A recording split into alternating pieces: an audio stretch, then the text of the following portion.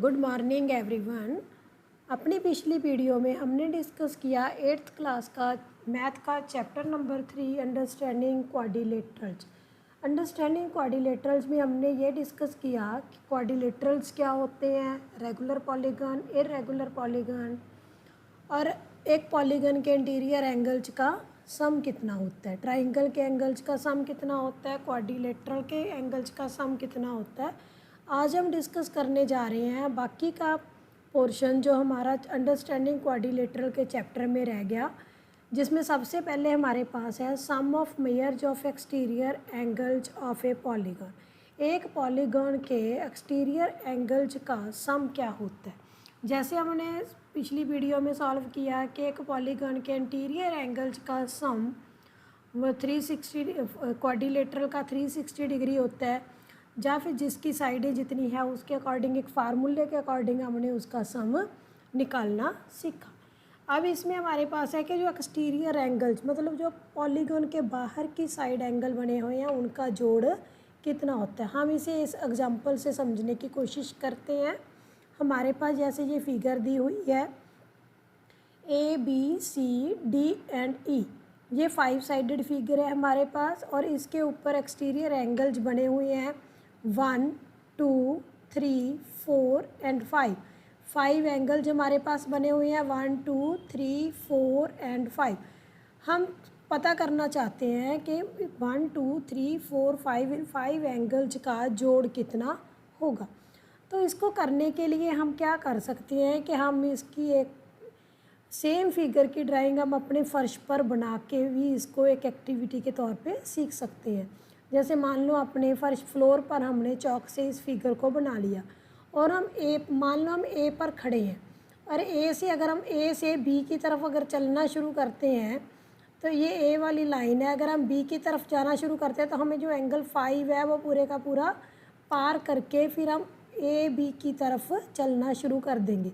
जब हम इस बी लाइन पे पहुंच जाएंगे तो हमें बी से सी की तरफ जब चलना है तो हमने एंगल 1 को क्रॉस करना है। पूरा एंगल 1 जितना कट क्रॉस करने के बाद हम बी और सी के ऊपर चलना शुरू कर देंगे। इस तरह से सिमिलरली हम सी और डी की तरफ चलते हैं तो हमें एंगल 2 क्रॉस करना है, और अगर हम डी से ई की तरफ जाते हैं तो हमें एंगल 3 क्रॉस करना है। सिमिलरली हम जब सारे एंगल क्रॉस कर लेंगे तो वापस हम ए पर पहुंचेंगे तो हम क्या देखते हैं कि हमने जो एरिया कवर किया वो हमारे पास क्या था कि एक सर्कल बन गया। हमने जब इसके साथ साथ चलना शुरू किया तो ये हमारे पास क्या बन गया, एक सर्कल। तो जब ये एक सर्कल बन गया तो हमें पता है कि सर्कल के जो एंगल होता है कंप्लीट एंगल क्या होता है 360 डिग्री। तो इससे हमें पता चल जाता है कि एक पॉलीगॉन के एक्सटीरियर एंगल्स का जो सम है वो होता है 360 डिग्री। तो अगर हमें कोई क्वेश्चन दिए हों, जैसे क्वेश्चन दिए हुए हैं नीचे, अगर हम इसको करना चाहें, सॉल्व करना चाहें तो कैसे करेंगे। जैसे हमें एक एग्जांपल दी हुई है, एक एंगल x दिया हुआ है, एक एंगल 90 है, 50 है और 110। ऊपर की प्रॉपर्टी से हमें पता चल गया कि इसके एक्सटर्नल एंगल्स का जो सम है वो होता है 360। तो हम इसे कर सकते हैं angle x plus 90 plus 110 plus 50 is equal to 360। Exterior angle sum property हम इसे कहते हैं, एक्सटीरियर एंगल सम प्रॉपर्टी। तो ये बन जाएगा हमारे पास x plus 250 is equal to 360। x हमारे पास आ जाएगा 110। तो हम इससे अगर कोई एंगल हमें नहीं पता उसे फाइंड आउट कर सकते हैं। इसके आगे जब हमने एंगल फाइंड आउट करने सीख लिए तो अब हमारे पास आगे आ जाता है कि अगर हमें एंगल दिया हो तो हम उस पॉलीगन की साइडें कैसे पता कर सकते हैं। अगर हमें एक्सटीरियर एंगल दिया है या फिर हमें साइड्स दी हुई हैं तो हम उसका एंगल कैसे पता कर सकते हैं। और ये सिर्फ रेगुलर पॉलीगन में हो सकता है कि अगर हमें रेगुलर पॉलीगन में एक एंगल दिया हो exterior angle, only regular polygon में, क्योंकि उसमें सारे क्या होते हैं एंगल और साइड्स क्या होती हैं इक्वल, एंगल्स भी इक्वल होते हैं और साइड्स भी इक्वल होती हैं। अगर हमें रेगुलर पॉलीगन का एक्सटीरियर एंगल दिया है तो हम साइड्स पता कर सकते हैं।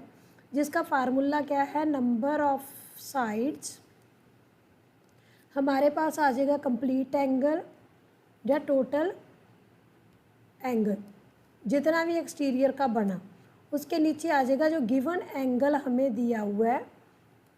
कंप्लीट एंगल भी यहाँ पर हम लिख सकते हैं, कंप्लीट एंगल आपको पता है 360 होता है डिवाइडेड बाय गिवन एंगल, तो ये हमारे पास आ गया 8 साइडेड फिगर होगी ये, जिसका हमने 8 साइडेड फिगर होगी जिसकी हमने साइडें पता करनी थी, जिसका एंगल हमें 45 दिया हुआ है।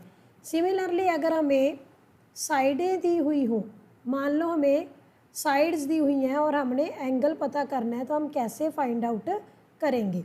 जैसे ये क्वेश्चन नंबर 2 में दिया हुआ है, find the exterior angle of a regular polygon, कि हमने रेगुलर पॉलीगॉन का एंगल पता करना है। तो हमारे पास क्या है, हमारे पास साइड्स दी हुई हैं जैसे 9, कंप्लीट एंगल हमारे पास हो जाएगा 360 और साथ में क्या है हमारे पास, हमने फाइंड आउट क्या करना है, एक्सटीरियर एंगल। तो वही पिछले फार्मूले की तरह 360 डिवाइडेड बाय साइड्स, तो ये बन जाएगा complete angle divided by sides. ये हो गया 360 डिवाइडेड बाय 9, हमारे पास आ गया 40। तो उस फिगर का 9 साइडेड फिगर का जो ईच एंगल है वो क्या होगा, एक्सटीरियर एंगल 40 डिग्री। अब देखो, अगर हमें एक्सटीरियर एंगल पता चल जाए किसी फिगर का, मान लो हमें इसका एक्सटीरियर एंगल पता चल गया, तो हम इसका इंटीरियर एंगल भी फाइंड आउट कर सकते हैं। सिमिलरली हमारे पास कोई भी पॉलीगॉन हो सकता है जिसका हमें एक्सटीरियर एंगल अगर पता चल गया तो हम उसका इंटीरियर एंगल फाइंड आउट कर सकते हैं। अब इसी एग्जांपल में अगर हमें रेगुलर पॉलीगॉन में एक्सटीरियर एंगल पता चल गया 40 है, तो इसका इंटीरियर एंगल क्या बन जाएगा, 180 माइनस 40। तो अगर हमें एक्सटीरियर पता है तो हम उससे इंटीरियर एंगल भी फाइंड आउट कर सकते हैं। नेक्स्ट हमारे पास आ जाता है काइंड्स ऑफ क्वाड्रिलेटरल्स, कि क्वाड्रिलेटरल्स कितनी प्रकार के होते हैं। तो क्वाड्रिलेटरल्स काफ़ी तरह के होते हैं, जहाँ पर अब हम डिस्कस करने जा रहे हैं। सबसे पहला हमारे पास है ट्रेपीजियम। ट्रेपीजियम कौन सा क्वाड्रिलेटरल है, हम इसे देखते हैं।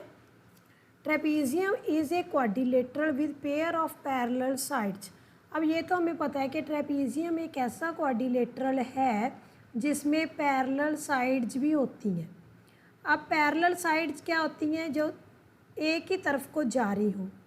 तो ट्रेपीजियम में 2 साइडें पैरेलल होती हैं और 2 साइड्स नॉन पैरेलल होती हैं। तो ये सारे क्या होते हैं, ट्रेपीजियम जिसमें 2 साइड्स पैरेलल हो। अब जैसे ये फिगर दी हुई है कि इसमें जहाँ पर एरो बना हुआ है, जहाँ पर एरो बना हुआ है इसका मतलब है कि ये साइडें क्या हैं, पैरेलल। जहाँ पर भी एरो लगा है वो पैरेलल है और बाकी की 2 जो साइडें हैं वो नॉन पैरेलल हैं। तो ये हमारे पास सारी फिगर्स क्या हैं, ट्रेपीजियम की शेप में है।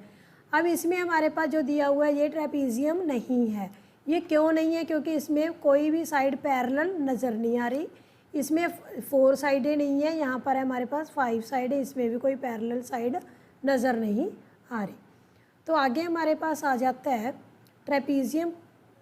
ट्रेपीजियम में क्या क्या चीज़ें और होती हैं हमने वो देखना है इसमें। अब ट्रेपीजियम में एक तो साइडें क्या होती हैं, 2 साइडें पैरेलल। हाँ जी, ट्रेपीजियम में ये तो पता चल गया कि 2 साइडें पैरेलल होती हैं और 2 साइडें नॉन पैरेलल होती हैं। अब हमारे पास आ जाता है कि जो हमारे पास नॉन पैरेलल साइड्स हैं, जैसे हमारे पास ये नॉन पैरेलल साइड्स हैं, अगर ये लेंथ में इक्वल हो, अगर ये इनकी लेंथ इक्वल हो तो ये कौन सा ट्रेपीजियम बन जाता है। अगर इनकी लेंथ इक्वल हो तो इसे हम कहते हैं एन आइसोसेलेस ट्रेपीजियम। जिस ट्रेपीजियम में ये साइडें जो नॉन पैरेलल साइडें हैं, अगर इनकी लेंथ सेम आ जाए तो इसे हम बोलते हैं आइसोसेलेस ट्रेपीजियम।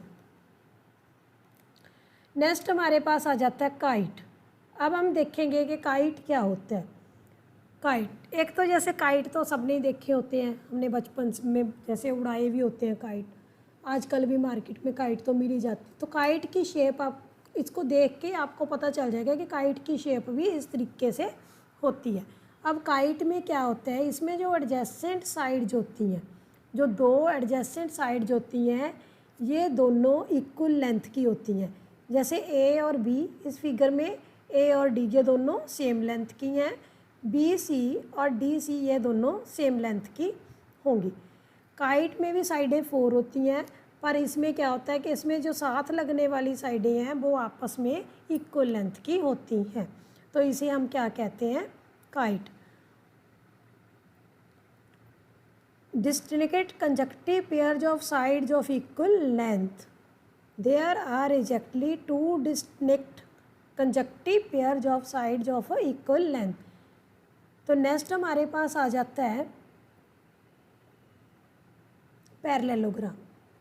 अब हमारे पास है पैरेललोग्राम। काइट और ट्रेपीजियम के बाद हम डिस्कस करेंगे पैरेललोग्राम।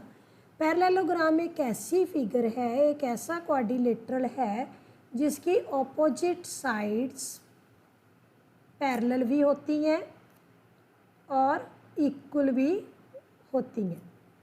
पैरेलल एंड इक्वल, तो इसे हम क्या कहते हैं, पैरेललोग्राम।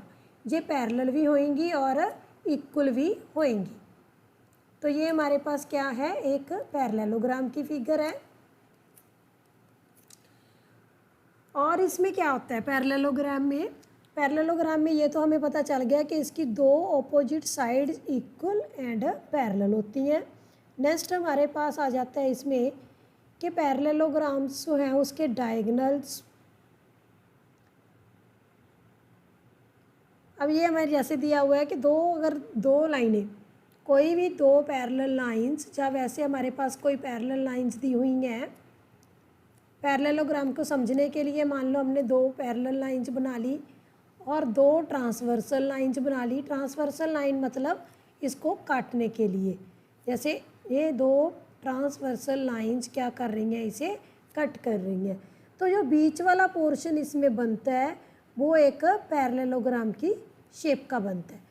जब दो पैरेलल लाइंस आपस में इंटरसेक्ट करती हैं तो ये बीच वाला पोर्शन जो है वो हमारे पास क्या बनता है, पैरेललोग्राम। आगे हमारे पास है एलिमेंट्स ऑफ पैरेललोग्राम के पैरेललोग्राम में क्या क्या और चीज़ें हमारे पास होती हैं, हमने ये देखना है। ये हमारे पास एक पैरेललोग्राम बनी हुई है, A B C and D. अब हम इसमें देखेंगे कि हमारे पास कौन कौन सी चीज़ें सेम होती हैं। ये तो जैसे हमने ऊपर भी डिस्कस किया है कि पैरेललोग्राम की two opposite sides are equal and parallel. और क्या होता है पैरेललोग्राम में opposite angles are also equal. जैसे ए सी के बराबर है और बी डी के बराबर है। और एक कंडीशन होती है साथ में कि पैरेललोग्राम में एडजेसेंट एंगल्स, एडजेसेंट साइड्स मतलब जैसे ए बी जहाँ पर ख़त्म हुई और फिर आगे बी के बाद जैसे ही बी पे पहुँचे साथ ही हमारे पास सी स्टार्ट होगी, तो इसे हम बोलते हैं एडजेसेंट साइड्स। इसी तरह ए एंगल उसी की साइड के साथ बनने वाले एंगल को बोलते हैं एडजेसेंट एंगल्स। तो पैरेललोग्राम में एडजेसेंट एंगल्स का सम ऑफ एडजेसेंट एंगल्स हमारे पास होता है 180 degree. Opposite angles are same, opposite angles are equal. Parallelogram में ऑपोजिट एंगल इक्वल होते हैं और एडजेसेंट एंगल्स क्या होते हैं, उनका सम होता है हमारे पास 180 डिग्री। तो नेक्स्ट हमारे पास आ जाता है पैरेललोग्राम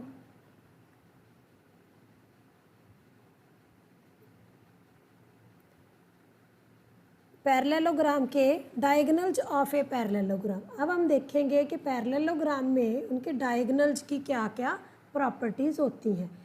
जैसे एक पैरेललोग्राम है, डायगोनल आपने जैसे पिछली वीडियो में देखा कि डायगोनल क्या होते हैं, डायगोनल होते हैं टू अपोजिट वर्सेस को मिलाने वाली लाइन को हम क्या कहते हैं, डायगोनल। तो ये क्या है पैरेललोग्राम के diagonals. A B C D हमारे पास पैरेललोग्राम है, A C and B D are diagonals. तो अब हम देखते हैं कि इन डायगनल्स में क्या क्या हमारे पास आता है। तो diagonals of a parallelogram bisect each other. तो जो डायगनल्स हैं पैरेललोग्राम के वो एक दूसरे को बराबर भागों में ये बाइसेक्ट कर रहे हैं।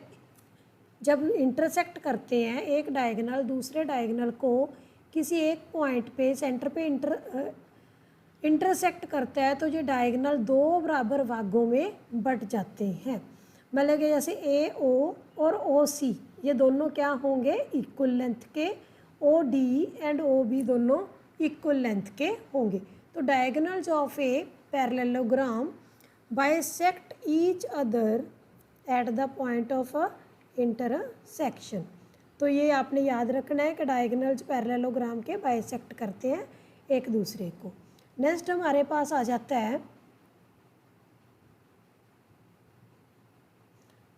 Special parallelograms. स्पेशल पैरेललोग्राम्स क्या हैं, अब हम उसको डिस्कस करते हैं। जैसे पहला हमारे पास है रोम्बस। सबसे पहले हमारे पास क्या है रोम्बस। अब हमें ये पता है कि रोम्बस की भी 4 साइड्स होती हैं।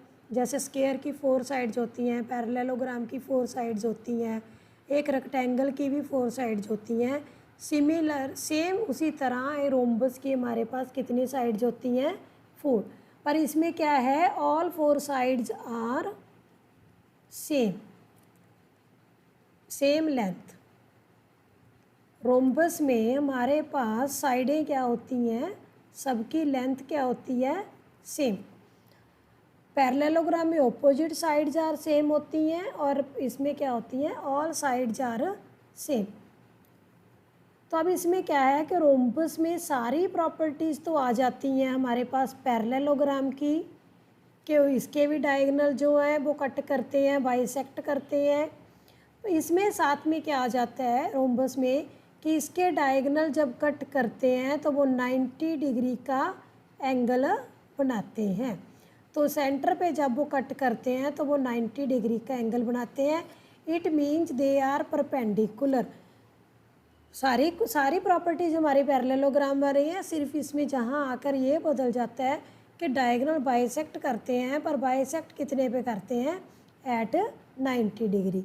तो diagonals of a rhombus are perpendicular bisectors of one another. एक दूसरे को बाइसेक्ट करते हैं और 90 डिग्री का एंगल बनाते हैं। रोम्बस के बाद हमारे पास आ जाता है रेक्टेंगल। ये रेक्टेंगल क्या है, रेक्टेंगल भी एक पैरेललोग्राम का स्पेशल केस है जिसमें क्या है कि इसकी opposite sides are equal in length. Parallel तो होती ही हैं पर इसमें और भी क्या होता है, इसकी opposite sides are equal in length और इसके ऑल एंगल्स आर 90 डिग्री, कि इसके सारे एंगल्स 90 डिग्री के होते हैं। ऑपोजिट साइडों की लेंथ जो क्या होती है इक्वल होती है और इसके डायगोनल आपस में इसके डायगोनल क्या होते हैं लेंथ में क्या होते हैं इक्वल। डायगोनल्स की लेंथ इक्वल होती है और ये भी बाइसेक्ट करते हैं एक दूसरे को। तो इसमें भी पैरेललोग्राम की प्रॉपर्टीज़ आ जाती हैं। और ये कितने पे कट करते हैं, तो रेक्टेंगल में क्या है, जैसे ये हमारे पास ABCD एक रेक्टेंगल है। तो रेक्टेंगल में होता है कि जो इसके डायगोनल्स हैं वो लेंथ में क्या होते हैं इक्वल और ये एक दूसरे को क्या करते हैं बाइसेक्ट करते हैं। तो हमारे पास ये क्या आ गई property, diagonals of a rectangle are equal in length. और नेक्स्ट हमारे पास क्या आए थे कि रेक्टेंगल के जो डायगोनल हैं वो इक्वल लेंथ में होते हैं और एक दूसरे को बाइसेक्ट करते हैं। नेक्स्ट हम डिस्कस करेंगे स्क्वायर। स्क्वायर क्या है, स्क्वायर तो आपने बहुत बार सुना होगा, छोटी क्लासों में भी हम देखते हैं स्क्वायर। स्क्वायर एक रेक्टेंगल का ही स्पेशल केस है, रेक्टेंगल की तरह ही है। रेक्टेंगल में 2 साइड्स इक्वल होती हैं और स्क्वायर में क्या होता है ऑल साइड्स, स्क्वायर में ऑल साइड्स आर इक्वल, के लेंथ में सारी साइड्स इक्वल होती हैं और ऑल एंगल्स आर इक्वल, सारे एंगल्स क्या होते हैं इक्वल। और जो डायगोनल है जब इसके इसके डायगोनल लेंथ में इक्वल होते हैं, इसके diagonals are equal in length, और साथ में क्या होता है कि डायगोनल बाइसेक्ट करते हैं, बाइसेक्ट भी करते हैं एंड परपेंडिकुलर, मतलब कि 90 डिग्री में 90 डिग्री एंगल एट सेंटर, जहाँ पर वो इंटरसेक्ट करते हैं, जहाँ पर इंटरसेक्ट करते हैं वहाँ पर क्या करते हैं 90 डिग्री का एंगल बनाते हैं। तो नेक्स्ट हमारे इसमें क्या आ जाता है कि जो स्क्वायर के डायगोनल्स हैं वो बाइसेक्ट करते हैं एक दूसरे को, इक्वल लेंथ के होते हैं और परपेंडिकुलर भी होते हैं एक दूसरे के। तो हमारे पास क्या प्रॉपर्टी आ जाती है, the diagonals of a square are perpendicular bisectors of each other. तो इस चैप्टर में हमने जितना भी डिस्कस किया, लास्ट में हम उसको एक बार रिकॉल करते हैं कि हमने क्या प्रॉपर्टीज़ क्वाड्रिलेटरल की डिस्कस की हैं। जैसे पैरेललोग्राम है, पैरेललोग्राम क्या है, जिसकी ऑपोजिट साइड्स क्या होती हैं parallel and equal, parallel and equal, और इसके एंगल्स क्या होते हैं opposite angles are equal. Diagonals हमने क्या देखा था कि एक दूसरे को बाइसेक्ट करते हैं। नेक्स्ट हमारे पास आ जाता है रोम्बस। रोम्बस में सारी प्रॉपर्टीज़ आ जाती हैं हमारे पास किसकी, पैरेललोग्राम की। पैरेललोग्राम में ऑपोजिट साइड्स इक्वल थी, इसमें भी ऑपोजिट साइड्स इक्वल है, इसकी 4 साइड्स इक्वल होती हैं।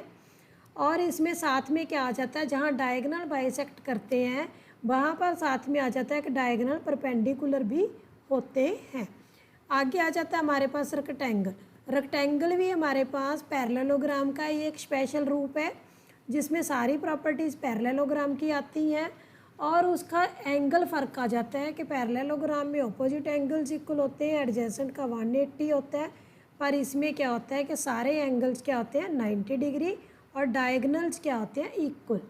नेक्स्ट हमारे पास आ जाता है स्क्वायर। स्क्वायर में सारी प्रॉपर्टीज़ ऑफ पैरेललोग्राम आ जाती हैं जो ऊपर हमें दी हुई हैं, और रोम्बस की भी स्क्वायर में आ जाते हैं, क्योंकि रोम्बस में सारी साइडें बराबर होती हैं, स्क्वायर में भी सारी साइडें बराबर होती हैं। और साथ में रेक्टेंगल की भी आ जाती है, रेक्टेंगल में 90 डिग्री एंगल होते हैं और स्क्वायर में भी 90 डिग्री के एंगल होते हैं। उसके बाद आ जाता है काइट। काइट में क्या होता है कि डायगोनल जो हैं वो परपेंडिकुलर टू वन अनदर। हम देखेंगे कि अगर हम इसमें के अंदर एक डायगोनल बनाएं इसका, और इस इधर से भी हम डायगोनल खींचें, तो ये कितने पे काट रहा है 90 डिग्री का एंगल बना रहा है। तो जो काइट के डायगोनल्स हैं वो एक दूसरे को क्या होते हैं perpendicular, one of diagonal bisect the other. अब इसमें क्या है कि एक डायगोनल इसमें इक्वल होगा, जैसे ये वाला डायगोनल इक्वल होगा, ये वाली लेंथ इक्वल नहीं होगी, कोई एक डायगोनल बाइसेक्ट होता है, दोनों नहीं बाइसेक्ट होते। और इसमें क्या होता है कि एंगल जो है, जैसे इसकी मेजरमेंट और इसकी मेजरमेंट ऑपोजिट एंगल, जैसे ये हमने बनाया काइट, तो इसमें ये एंगल डी और ये हमारे पास है बी, इन दोनों के जो एंगल हैं वो तो सेम होंगे, एंगल बी और एंगल डी, बट ये एंगल ए जो हमारे पास है और एंगल सी ये सेम नहीं होंगे, तो ये हमारे पास क्या होंगे अलग अलग होंगे, एंगल ए और angle C not equal to. तो बस काइट में क्या है कि डायगोनल परपेंडिकुलर्स होते हैं और एक डायगोनल बाइसेक्ट करता है। इसमें हमारे पास ये ऑपोजिट एंगल में बी डी दोनों सेम होंगे, पर हमारे पास ए सी दोनों सेम नहीं होंगे।